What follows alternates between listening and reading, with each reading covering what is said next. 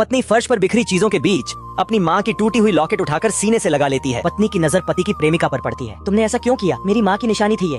लेकिन जवाब देने की जगह पति उस लड़की का हाथ पकड़कर उसे वहाँ से ले जाने लगता है। तभी अचानक पत्नी बेहोश होकर गिर पड़ती है। अगले ही पल उसकी आंखें अस्पताल के कमरे में खुलती हैं। सामने उसकी डॉक्टर बहन बैठी थी। बहन की आंखों में चिंता और गुस्सा दोनों थे। वह कहती है, आप उस आदमी को छोड़ क्यों नहीं देती जो आपको जरा भी अहमियत नहीं देता? पत्नी कुछ नहीं बोलती। कुछ देर बाद बहन उसे बाहर ले जा रही थी कि तभी सामने से पति अपनी प्रेमिका के साथ आ जाता है। पति बस एक पल को पत्नी की तरफ देखता है। उस दिन पहली बार पत्नी को एहसास होता है वह अब उसकी जिंदगी में नहीं, बस एक आदत बनकर रह गई है। अगले दिन तीनों एक ही टेबल पर खाना खा रहे थे।